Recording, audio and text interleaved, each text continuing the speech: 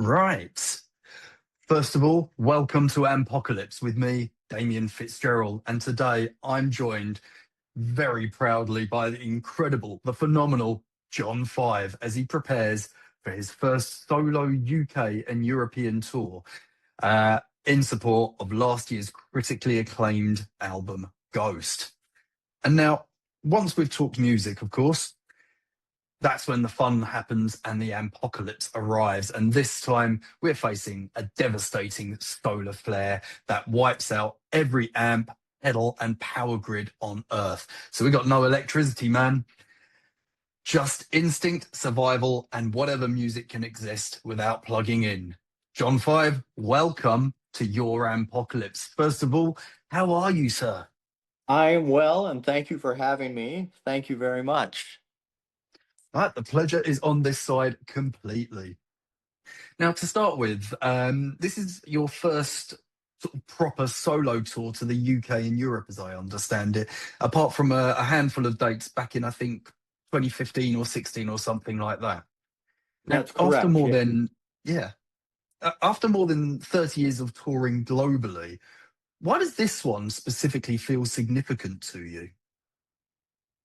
Well, I have always wanted to come back to the UK and Europe, but I mean, it's so hard to believe, but my schedule has been so insane with records and touring, records and touring, records and touring. And I was like, and I told my agent, I was like, listen, I'm going to Europe, and my year, my 26 is so packed. And I was like, I don't care. We have to make time. So with this tour that I have coming up, I have just a few days until I start the Motley rehearsals. But that's how important it was to me. So if you look at these tour dates, I don't think there's hardly any days off except for like one or two with travel.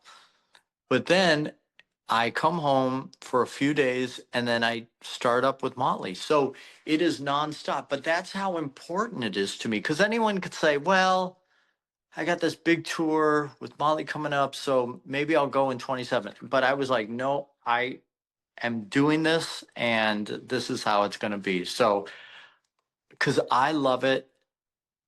I love coming there, but I want to come there with my instrumental thing. So I'm so excited. I'm more excited than probably anyone that is going to the show. I'm super excited, and I can't wait to see everybody and be up on that stage. Well, I mean, you've already alluded to the fact it's, a really exciting tour for you, but what drives the excitement specifically? Is it the smaller venues? Is it the fact this is your stuff? I mean, what's driving that excitement mostly? I love playing these shows.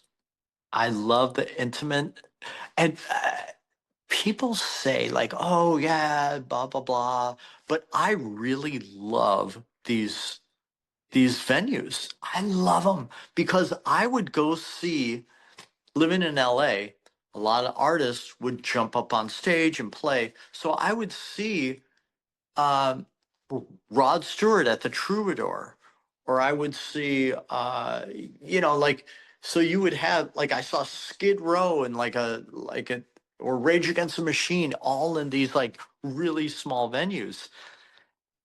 And there's a magic to that, I've always thought. And with Motley, we played the Whiskey, the Roxy, the Troubadour, the Underworld as well. Yeah. And there was an electricity.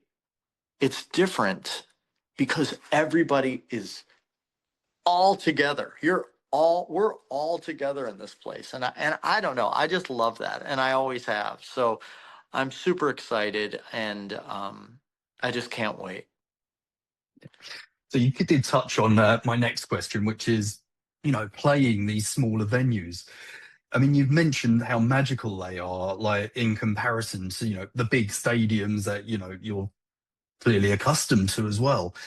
Is there anything else that makes them sort of really special? Because, for want of a better word, from someone on the ground in somewhere like the underworld, Not that we do, well, actually, some people do, but it does feel more tangible that you can sort of reach out and be very much in the same space as the artist. Whereas big venues, you can take a picture and you're like, "Oh, well, that was grainy." Do you know what I mean? What makes it that much more special for you? Okay, so when I'm playing some of these places, I am inches away from people, like really close. But if you're at a stadium, you're so far away from people. I mean, so far, like there's no way I could throw a pick to somebody in the front row. It'd be impossible because it's so far away. But I just love that I'm right up against people and playing this stuff, and you can't make a mistake because it's right there. It's right there, and I love that too because you're so close to the people. I don't know. It just feels like an insane party. It does. It just feels like an insane party because everyone's having a good time, loud music, drinks, everything. And you're like in this closed space. And I dig it. Now, I could tell actually, you've been got the look on your face. You're just like, I just want to get the tour started. I Oh get yeah. that I because can't I wait. love I the smaller can't wait. venues too. Now, how does your mindset sort of change when it's your name on the ticket and it's specifically John Five? It's not the bands that you've toured with. It is you. It's your music. I well when it's my name, it's very important to me to treat my crew, the people that I travel with nothing but kindness and respect. And I think that is so important. And because you what we're doing is it's uncomfortable because it's late and it's far and everyone's tired, but everyone's doing their job. But I just always wanted to treat people with kindness and respect when it's involved with my name. And that's why I keep the same crew and people like that, even same band members. And when band members want to leave or something like that, and they have another gig to go to, I'm supportive. I'm like, hey, listen, let me call this person and tell them what a great job you did, or put in a good word, or something like that. So my name, it's important, and that's a main thing. And for the crowd, for the audience, I just want to put on the best show possible. Like it is so imperative to me to put on the best show possible. So people will go, well, that was, there's nothing really you can say, because I want to make sure everything is performed well and executed well. And I don't know, it's really important to me. It really, really is extremely important to me. And some people are like, well, there's always the next show. I just, I don't think about it that way. That's why it's so important. Cool. Now, Ghost was literally a critically acclaimed album when it landed, I think, in October 2025. Now, it's been out in the world for, I'll say a few months, nearly half a year now, essentially. What are your reflections on that record now it's been out in the wild? And how do you feel fans have, really reacted to it? I think now that record, I really like what I do is I rehearse every song and I play for weeks. And then I'll go into the studio and play it because I want it to sound live. I don't want overdubs. I don't want punch ins or anything like that. And because I always look at these songs as when I play live, oh, it sounds like the record. And it's executed like that. And so all these songs on Ghost were just pretty much performed live. And that's important to me because not a lot of people do that now. And because we have the technology to make it easier for us, and which this technology is incredible. But just think about back in the day of the 40s or the 50s, and you went into a studio. Just try to imagine this. And you had to be on it. You had to be great. You had to be really ready to record. And that's how I looked at it. I was like, before Pro Tools, there were pros. And that's how I kind of really wanted to look at this record, as just going in and playing. Cool. Well, I think you'll definitely survive the Ampocalypse that we've got coming. So, now, two of the tracks that really stood out for me were Moonglow and You, Me, and The Devil Makes Three. They really stand out to me because they've got a slightly more sort of country funk leaning vibe to them. At least that's how I've got them.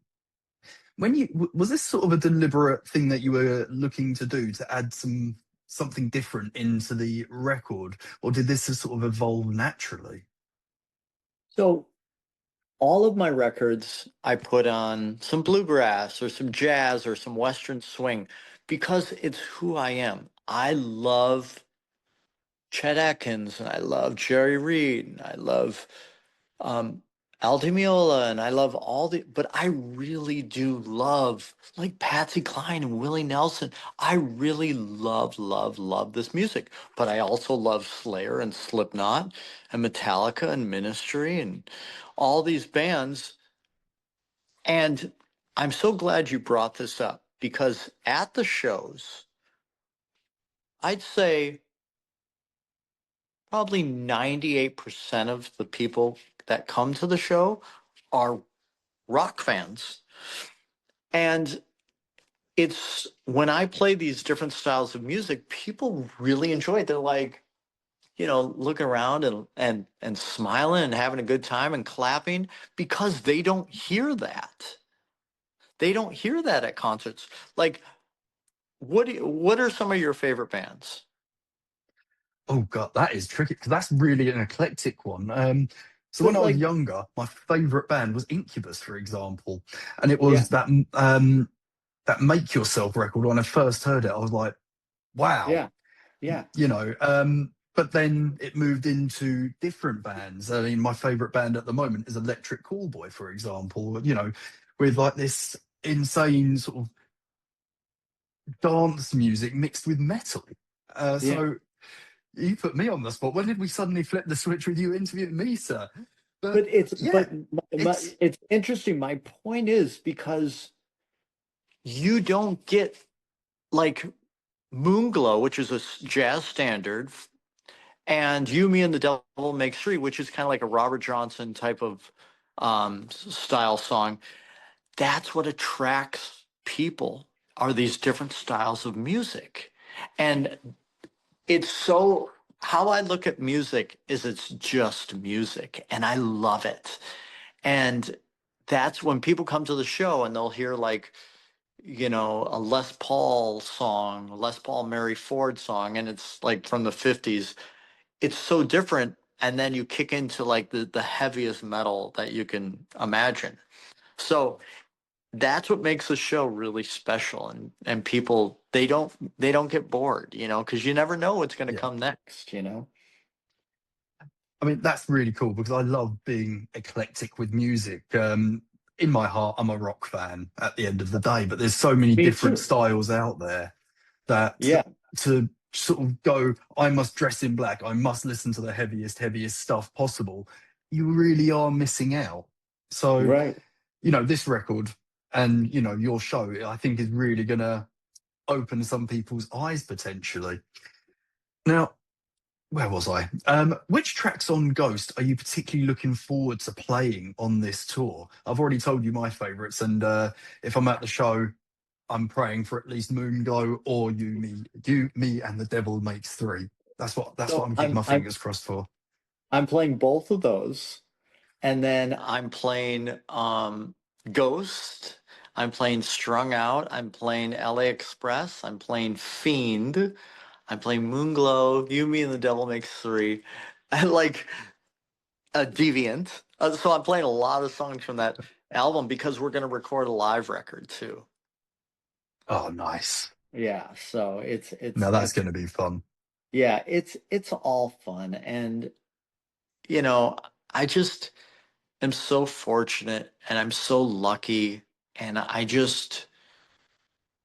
mean, every day I'm just so happy to be doing what I'm doing. I'm so lucky and I'm so fortunate. And because I love to play guitar, I just love to play guitar. Like, I know it's a weird thing to say, but there's a lot of people that can understand it, but it's like, I just, if I wasn't talking to you right now, I'd be playing guitar, and that's how much I do love it. I play all day and into the night. Well, I mean, it's amazing that, well, not amazing because you're such a talented guitarist, but it's fantastic that you were able to take a passion and turn it into the career that you've had. Now, I think that's the instrumental meaning. shows, Yeah, I think sorry, go that's the on. meaning of life. Yeah. I really Uh, do. yeah. It's taking a passion and turning it into something that will last for the rest of your life. Yeah. Now, instrumental shows, they create a very different connection. Without lyrics, it's all feel, it's all tone, how do fans engagement with this differ from, what you do with Motley Crue, for example? Because, listening to Ghost, I find it very easy to sort of sink back and get absorbed in the music. So essentially identifying track to track does become more harder for me, but I thoroughly enjoy it that much more, if that sort of makes sense. Yeah, it is. It's a completely different animal. And I'll be honest with you. I was doing my first couple of records, my instrumental records, and they were very successful, but I never toured. Never toured. And then I did another record, never toured. I did another record, never toured. And they're like, why aren't you going to go on tour? And I'm like, nobody wants to see that. Oh, they do. And and that's what I really thought. And so it was my wife or someone that convinced me, and she goes, you should go out and play some shows. And I'm like, I don't know if anybody will really want to see that, because didn't really know. It's like, because it's so weird, it's because the reason it's so weird is because there's so many musical styles and there's so many things, but when I started to play live shows and I saw the excitement on people's faces and how much they loved it, it it's how much I loved it. And so I was so happy about that. And I'll say that to the crowd. I'm so thankful that people get it, because it's a hard sell. If you say to your friend or your wife or something, hey, we're gonna go see this instrumental show. "Well, what do you mean? There's no vocals? Nope. Oh, okay, because they don't really know what's coming, but people really enjoy it. So I'm very thankful. Yeah. To be fair, if I think back to when I was a teenager, and no lyrics, I'll probably be like, nah, I might give this one a pass. But as I've grown older and become, there's a whole wider world of music out there. The Yeah, instrumentals have this sort of more of a connection, I think. it's Anyway, it's fun. anyway, we've talked about the record, we've talked about the tour. We're about to throw John Five into his very own apocalypse. Are you ready for this, sir? I am. Cool. Now, the sun has erupted. A massive solar flare has hit Earth, and every amplifier, pedal board, phone, satellite, and power grid has been instantly fried. So touring stops, streaming dies, silence falls. Welcome to the apocalypse.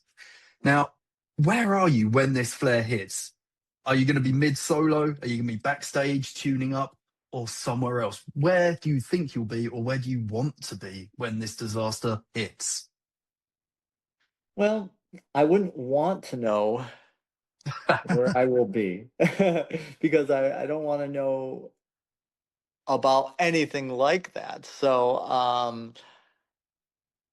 I'm I'm usually just either at home playing guitar or on tour. So and my wife is with me usually on tour and obviously at home. So either place I'll probably be on tour or at the house. Either way, you're somewhere that you want to be, which is important. Now, Exactly.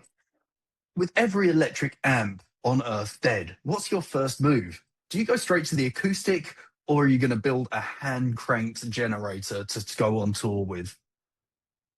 A great question. So when I'm on tour and I'm playing and I'm traveling, um, I have a little amp that's battery powered. Does that count? I'm gonna let that one go. I'm gonna say yes. There's batteries.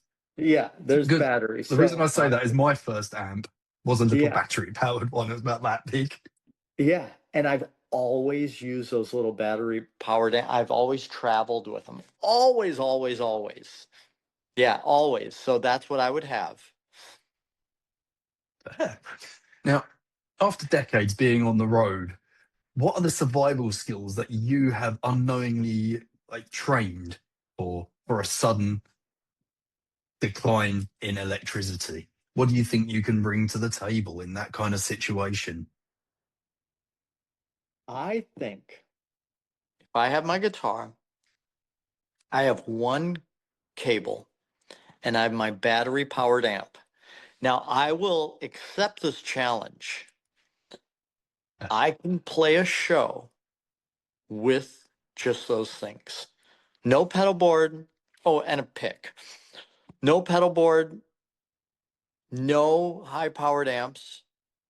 I can do a show with this battery powered amp, guitar, and a cable and a pick. Nice.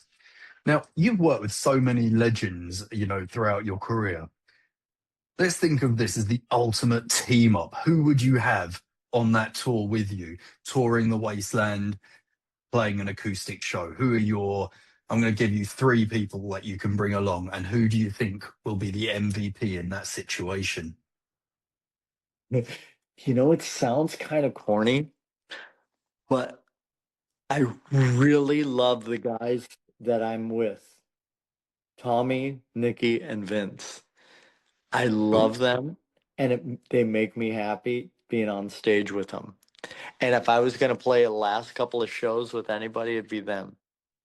I know it's kind of weird, like, oh no, pick like blah, blah, blah, but that's who I'd want. no, well, this is your apocalypse, sir. You can pick who you want. But as I said, who do you think the MVP out of those guys would be? Who do you think is the ultimate survivor in your apocalypse? I would say Tommy because he's so educated with plants. He'd probably know how to outlive us and know what to eat and what not to eat. Do you know what? That's useful. I'm not going to lie, especially you say plants, and there's no way of cooking stuff particularly unless you are a hardcore barbecuer. So, yeah, I think that's an MVP for sure. Now, with all recording music essentially wiped out, everything returns to purely live and unrepeatable. Is that a horrifying thing for you, or do you find that kind of magical? So, music only exists in that moment. Oh, I think I think that would be magical. I think that'd be magical. I don't know. I think that would be wonderful. I'd be into it. I'm into it. I'm into it. Nice. Now, final question to wrap up. When humanity finally restores the electricity, because we're going to find a way somehow, are you the first guy to plug back in, or are you secretly embracing the unplugged lifestyle that the apocalypse has brought? I'd plug back in. I knew it. To Oh be yeah. fair, And I'm it's with you there. funny. It's funny because a lot of people say, "Oh, well, back then, when we didn't have phones, we didn't have computers, we were doing this, we were doing that." But we've all had problems with our phones that got wet or broken or lost. And it was the longest few days of our lives. We felt so disconnected. So I think when people say that, it's like, okay, well, give me your phone for a week. You know, it's different. Exactly. It's different. Isn't that strange? But I love technology and I love where everything is going in the future. And like even the AI stuff, I think if we use AI for the positive, the real positive, to cure diseases, to help people that humans cannot figure out as quickly. Let's say like a cure for this disease. Well, we've been trying for 60 years to figure this out, but that's when AI kicks in and goes, oh well, if you do this, this, and this, and this, we'll save hundreds of thousands of lives. I'm like, great. Yeah. You know, I'm on the same page with you on that. But what I always do whenever I've used any kind of AI, yeah, exactly, AI, such as ChatGPT or something, I always say please and thank you to it. Do you ever find you do that? I don't. I'm being You honest. don't. I'm always honest. Maybe I should. well, well, when the robots take over, I'm fairly sure they'll remember it. You know what? Everything happens for a reason, and you just saying that probably is a big sign for me to do that. So I will. Amazing. John Five, thank you so much for joining us today. It's been an absolute pleasure. Good luck Thank, with the tour. It's thank going to you. be an absolute blast. Thank Thank you. you. Take care.